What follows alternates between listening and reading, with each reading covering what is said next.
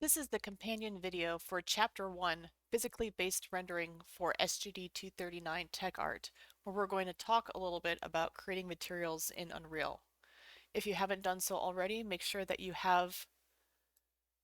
download the Chapter 1 project file that I've given you and imported it into a new project so that you can work along with me. Make sure that you are working in your own folder. Your scene's been saved out into a folder of your name so that you can easily export this out. Make sure that any new items you make are created in that folder so that they don't get lost. If you need some help doing that, there is a different video that steps you through the process of importing in the content and how to export it out at the end.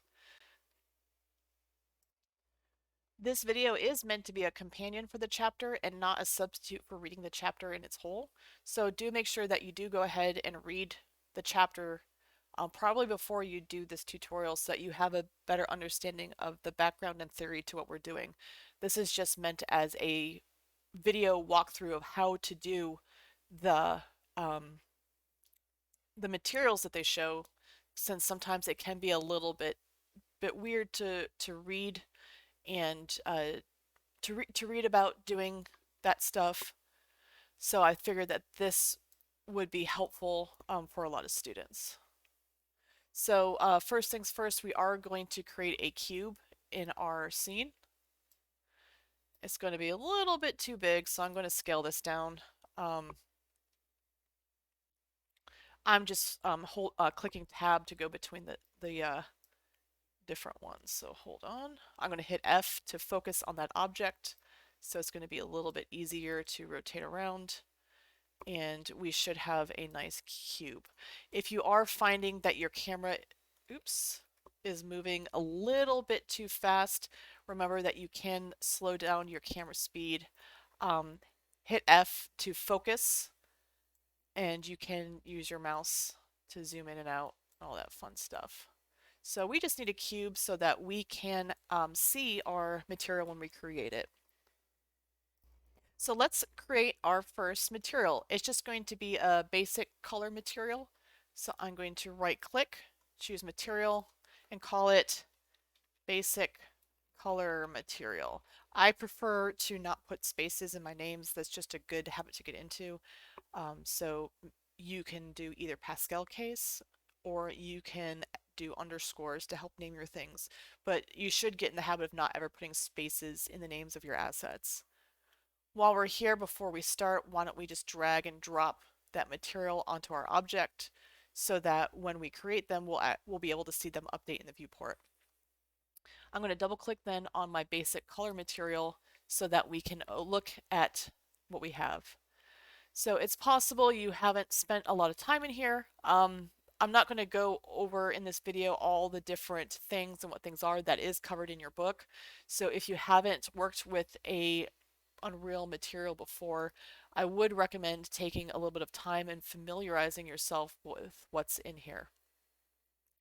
So first thing first is we are going to create a nice color on our object. This is just a basic color.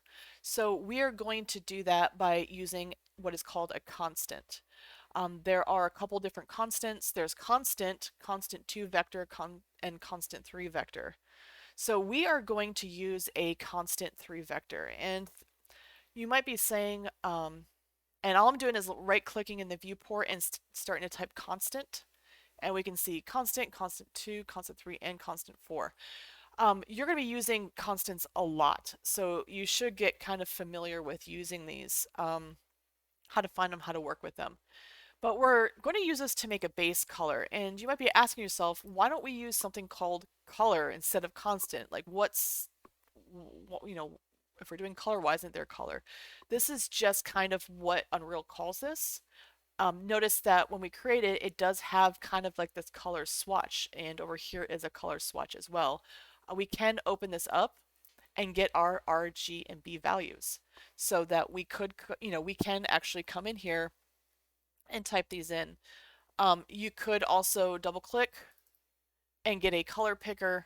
I just double clicked on the color so that you can choose something. You could type it in, you could put the hex, you can mess with this in a whole bunch of different ways, but we're just going to make a nice yellow. So for R, I'm going to put 1. For G, I'm going to put 0.5. And we're going to leave B blank, and that should give us a nice neutral golden yellow color. This does do it on a system of 0 to 1 instead of 0 to 255, which you might not be used to, but just be aware of the difference. So I'm going to click OK, and we can see that. We still don't see it updated though on our sphere. The reason is that we do need to still hook this up. So I'm just going to drag a line and hook it up to base color.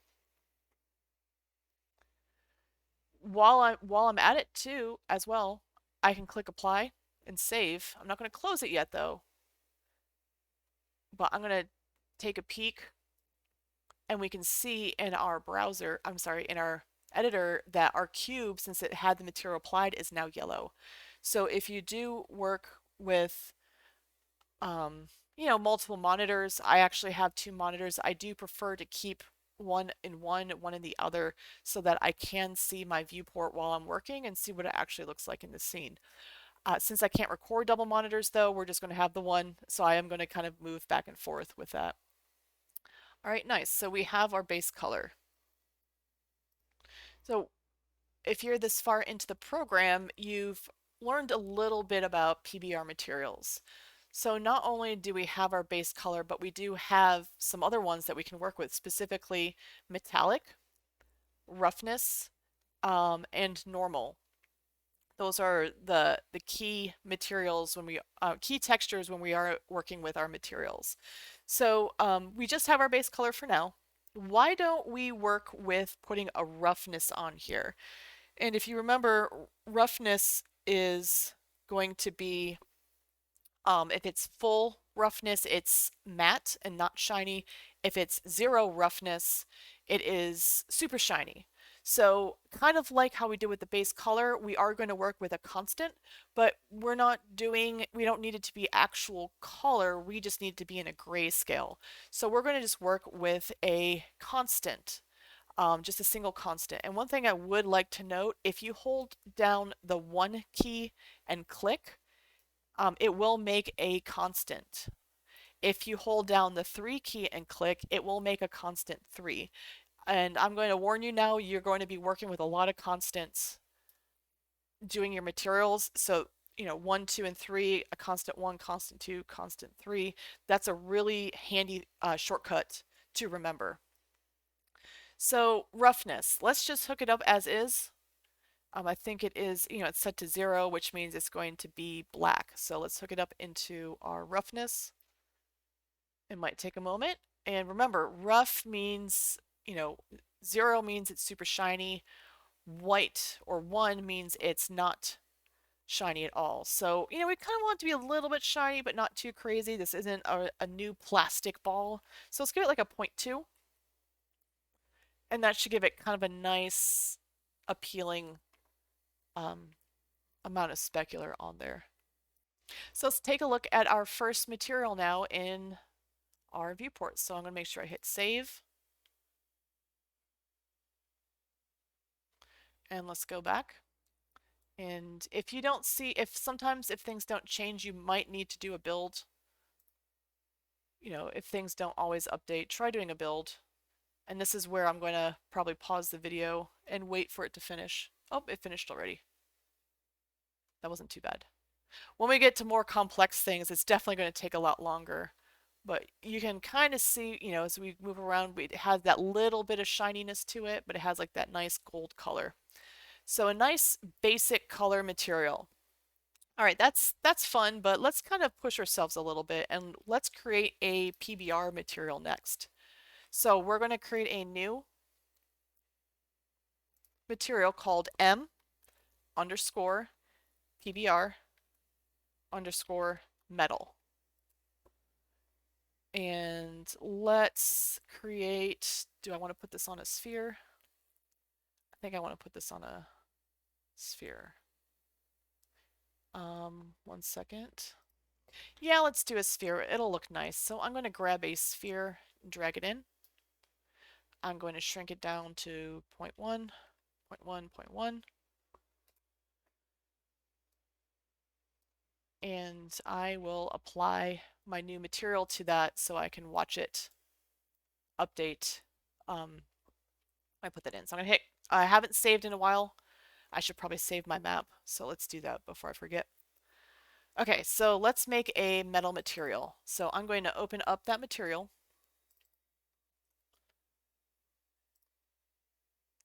And we are going to do a base color as a vector 3. So I'm going to hold down 3 and click and hook it up to base color. I'm going to go with like a nice blue color, I think. We're going to do like a metallic blue. Click OK. Next, let's do our metallic. So I'm going to hold down 1 and click, because again, metallic is just a grayscale image. 0 is no metal, 1 is full metal. Most of the time when you're working with metallicness, and I'm going to say this 99.9% of the time, you either want it to be black or white. There's no such thing as in between metal. There's very few cases where you want your metallic map to be like a 0.5. So let's actually make this metal and set it to 1. And it's starting to have like that weird kind of brushed metal to it because we haven't set our roughness yet. So let's go ahead and do that. I'm going to hold down 1 and click. Hook this up to roughness. This is no rough, so it's fully smooth and we get that chrome sort of effect to it. That's a little bit too high for what we're probably wanting. So let me set that value back to like that 0.2, and it gives us more of a reasonable sort of look to it. But do go ahead and play around with some of these settings and see what you get so you do get comfortable with this. All right, so let me apply and save. And let's take a look. And we can even see that reflection of our skybox on there, so that's pretty neat. Again, if things aren't working, try to build it and see if that fixes any issues that you have. So the next thing we're going to work with is we're going to make a new wood texture for the ground right here. So we're going to make like a wood PBR material with some of the starter content that's already in here. So I'm going to right click. I'm going to choose material. I'm going to call it M underscore PBR underscore wood. Let's go ahead and apply that. And let's open it up. So we are going to use a texture for this now. We're, solid color, solid metal, that's fine. But most of the time you're not going to be working with solid colors. You're going to want to apply your own textures to this. So let's do that. I'm going to right click and I'm going to start typing texture sample. And you should be able to find texture sample, just the regular one. So I'm going to click and add that. What this is going to allow us to do is it's going to allow us to, pick a texture to apply it to our base color. So let's go ahead and hook that up before we forget. And we are going to search now for the wood that we want. So the easiest way is going to be over here. Don't worry about that. We hooked it up, but there's no input texture yet. We're going to fix that right now. So I'm going to come here, material expression texture base, and I'm going to click on none, and I'm going to start typing wood. And I think the one it wants you to use is called like a wood floor walnut. We're just going to work with this. Oh, I guess it's the same one. I guess that's fine. We're just practicing setting this up, so it is a little bit different. We don't have quite the same materials in there, but for this example, it's fine if it's not the same one as the book for the project. You're just practicing setting up that PBR.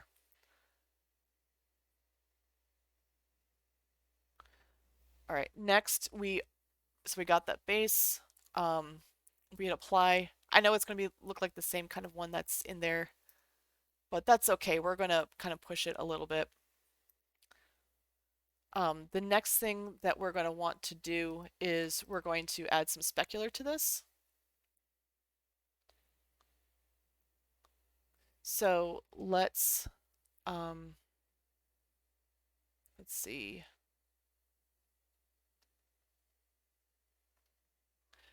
One of the things that we can do is we can utilize our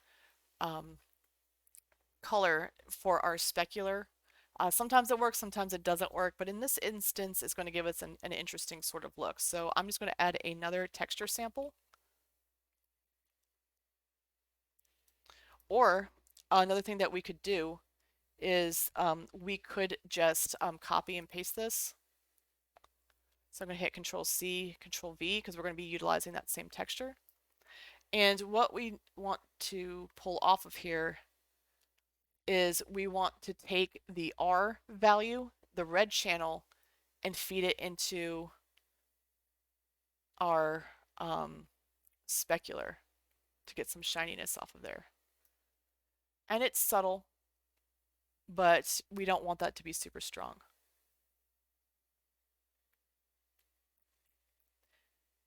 Next, we're going to work with a normal map, so let's add another texture sample. I'm sorry, typing in the wrong thing. Texture sample. And let's go ahead and type wood in again and find its normal. We know it's normal because it ends in an N.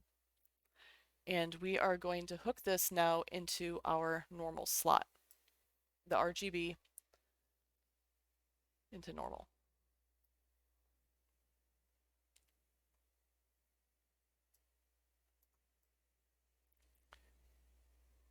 So the next step is going to be to add some ambient occlusion and a little bit of roughness with this. And we don't quite have the same materials as that example. So we're going to ignore the ambient occlusion for now. It's not really necessary for this texture, but we're going to play around with using a different type of map for our roughness.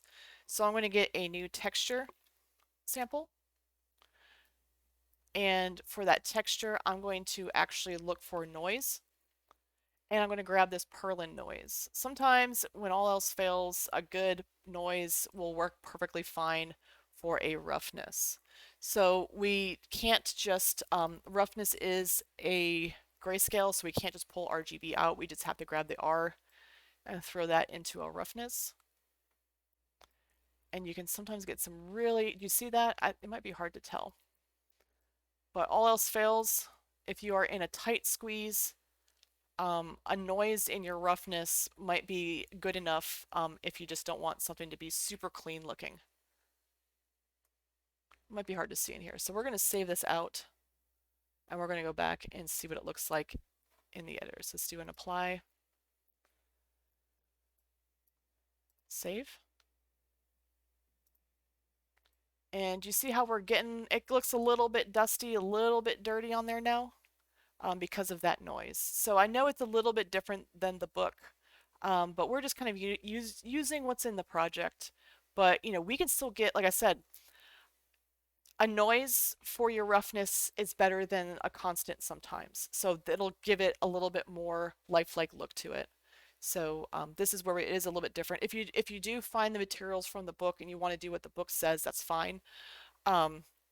If you want to use what I provide to you, this Perlin noise is going to work perfectly well for what we're doing. The last one out of the book that we're going to do is going to be to do a sample glass. And we're just going to do that on a sphere just to kind of play around with glass. And this is going to be, I'll be honest, it's an okay glass. It's not going to win any awards, but if you're trying to do something kind of quick or low intensity, you don't want to deal with a crazy glass shader, this is going to be fine for a game. Later on in the semester, we're going to work on creating a much nicer glass shader. So this is a good just start, but stay tuned for a better one. So I'm just going to have this sphere selected. I'm going to hit Control D. Does Control D work? I guess Control D doesn't work in there. I'm going to do an edit copy and edit paste. Sometimes it's hard to remember what works in what program. Just so I have another sphere, so I'm going to put a new material on there. So I'm going to right click, material. I'm going to call this one M, sample, glass. And I'm going to put it on one of the spheres. I'm going to save my scene because I haven't done that in a while, and I'm going to open this up, and we're going to create just a real basic glass shader. So the first things first is if you are making something that is glass, we do have to change some characteristics about the material itself before we even jump into here. Over here on the left, we're going to scroll down and find the blend mode underneath material. By default, it's set to opaque. Since we want to do glass, obviously glass is not opaque. So we're just going to change this now to translucent. Let's see, so when that happens, let's see. Oops, I clicked the wrong one. There we go. That looks better. So notice what happened. When we clicked on that, it changed over here. So we lost some stuff. So we don't have quite so many choices. We also want to make sure that we go down to the lighting mode. Where is that?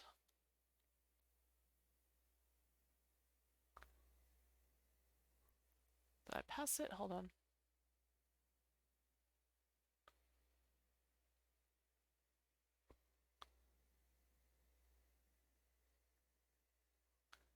Sorry, give me 1 second. I found it. I'm sorry. It's translucency lighting mode. We don't want it to be volumetric non-directional. We need to change it to surface translucency volume. So let's click on that. Surface translucency volume. Lots of little fiddly things. That's why this video is helpful, is if you can't quite find it based on the reading, this video is here to help you find where those things are located. All right, so let's see. Now we should be able to set up our base color. Since we're going to be doing transparency though, we can use a constant 4 vector rather than a constant 3 vector because that fourth constant is going to handle the transparency of this. So I'm going to hold down 4 and click, and we can go into here. Let's see, double click, and let's do kind of like a bluish. A lot of times when you see glass, it does have kind of a bluish tint to it. So I'm going to set that, but also what we can set here is the alpha. And this is going to be our transparency. So it is set to 0, which means fully transparent. 1 means fully opaque. So let's kind of do an in-between of like a 0.5 because we don't want it to be invisible, but we don't want it to be opaque either. So let's set it to 0.5 and click OK. So now we are going to first hook this up to our base color. And now we also need to get it into the opacity, but the opacity, we can't just do this. It's not going to work quite correctly. So instead, a better way to do that, to get a better look to it, is going to be to feed it through a mask to make sure that we're giving it just the one that we want. Because remember, only the alpha channel is controlling the transparency. So we are going to create a mask node. And we do that by clicking. And let's type mask. Actually, can we just pull it off? I think we can just pull it off and type mask.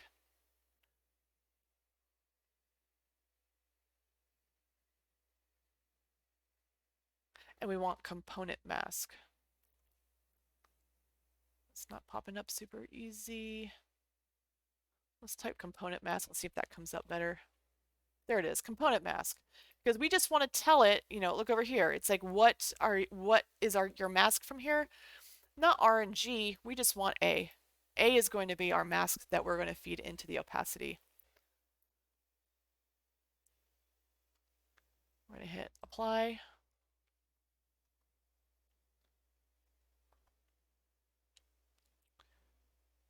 And it might take a moment.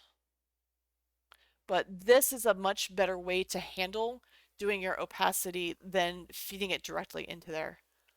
So we're going to hit save. And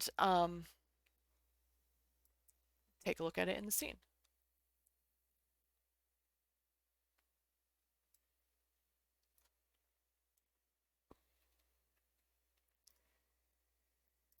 If you do want to try it on an actual glass object, there is some starter content. There is some content in there with a glass. If you make sure you click on the content folder and search for glass, it's this SM glass. You should be able to drop it in. It has a really nice glass texture on it. We'll be learning about that eventually. We're just going to put our cheap glass texture on it and we can see it.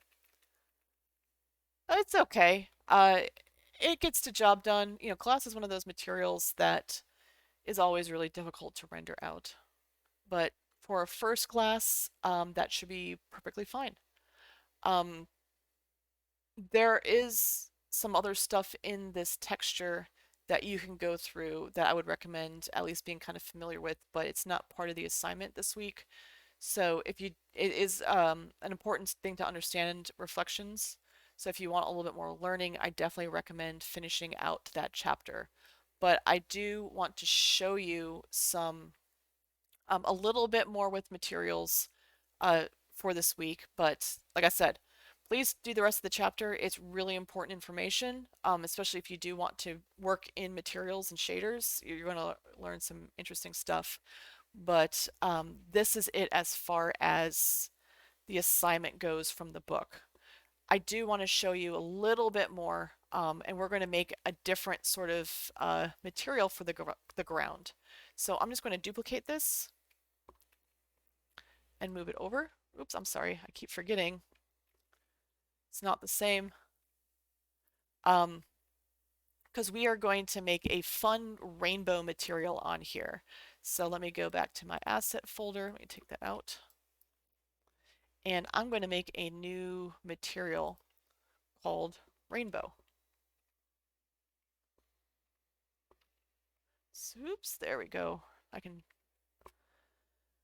type that correctly. I'm going to drop it on one of the planes. I'm going to hit save. So I did provide for you two textures to import in. They should be called Rainbow and Rainbow EM, and we're going to utilize these to make a really fun, glowing, moving rainbow texture so that you can learn a couple new skills that are a little bit outside of the book, but should definitely help you with this week's project. With what I'm going to be showing you, one of the best ways to learn some of this node stuff is just to practice with it, tweak it, try to break it, just mess with it. So I would recommend the stuff I'm going to show you right now. Take some time, do stuff to it, see what happens, so that maybe you can use it in another way. So to import in, I'm just going to click and drag them into my folder. Remember, we need to keep them. Oops, did I do the wrong one? Hold on, I got that one. I think I dragged the wrong thing. Let me grab that again.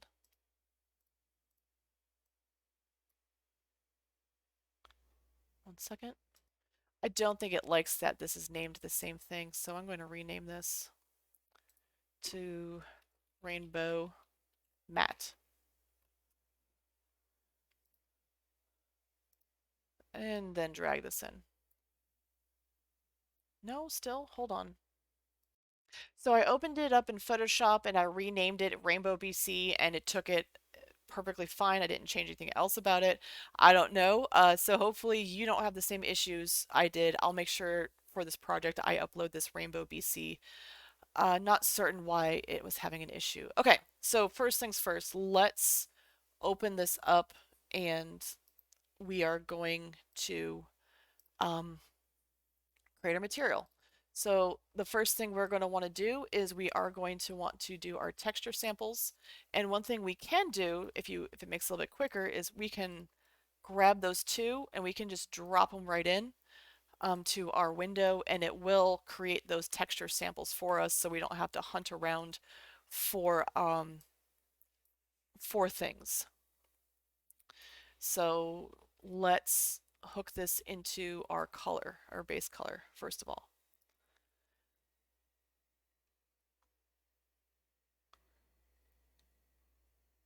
All right, so let's hit apply and save. And the one thing I do want to do is kill the lights in the studio so that we can see it glowing. So let's take the global brightness down to like a 0.2. Actually, let's... No, it's not. Hold on. That's not the right one. Sun brightness. Maybe that's it. 0.2.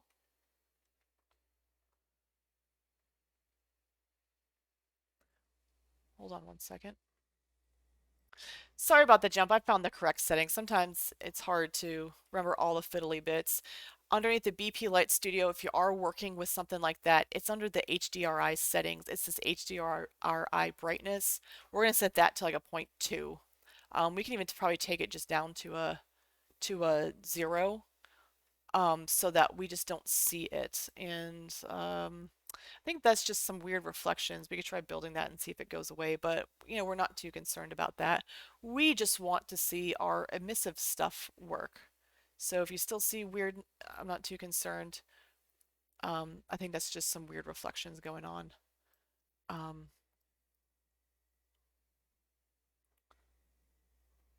I locked up my Unreal. Hold on a second. There we go. Okay. So normally when you try to do emissive color, this is an issue that lots of students end up having, is they'll feed, like, okay, emissive, so I'm just going to feed that color in there and hit apply and save. And sometimes it works, sometimes it doesn't do a crazy good job. What I'm going to recommend if you ever have issues with emissiveness, especially since when we start bringing up this brightness, it's going to start to not be as bright. You might want to feed it through a multiply. So if you've ever worked with Unreal and you've ever had issues with your emissiveness not being bright, like it just looks really dull, you might want to throw it through a multiply node first.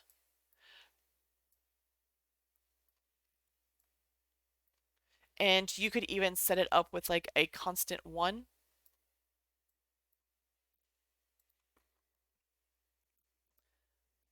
And you can control your brightness this way. So let me hit apply. So that's a 1. Let me bump that up to like a 5.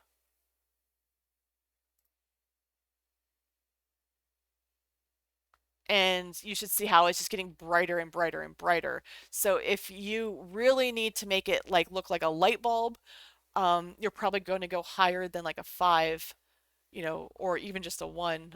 But this is an easy way to control your emissiveness. But overall bright, like that's kind of boring, right? Like, okay, let's, instead of doing that, let's use this interesting texture I brought in.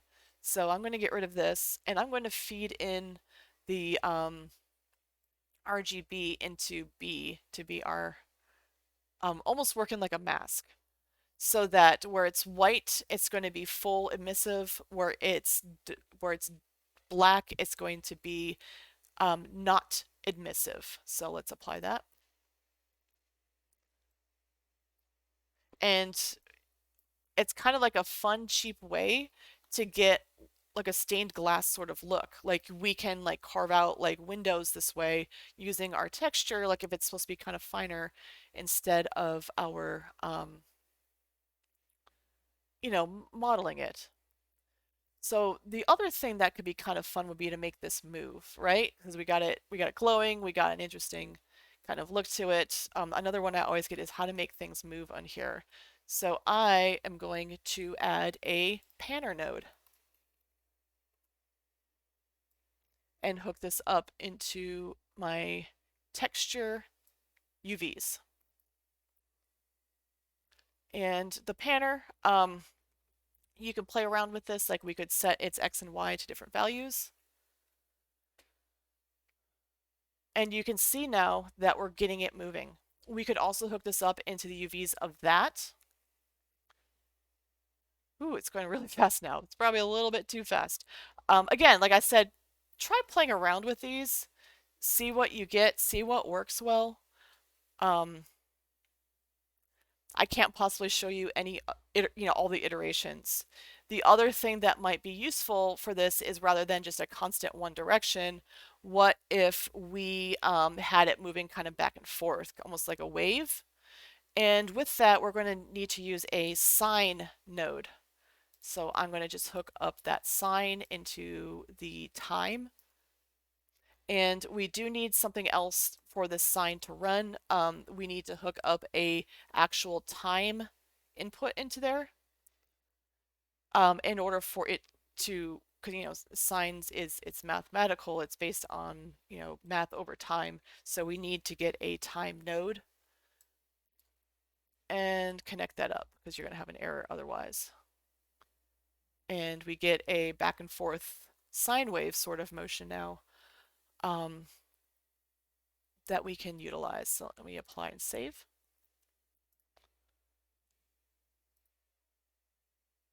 Oh, hold on. And we can see we're getting a back and forth motion. So this will be useful for some of the stuff on this week. This basic stuff's a little bit boring as far as like setting up a Pbr material, so I thought I would throw a little bit more information at you so that you can start to make some really fun materials in Unreal.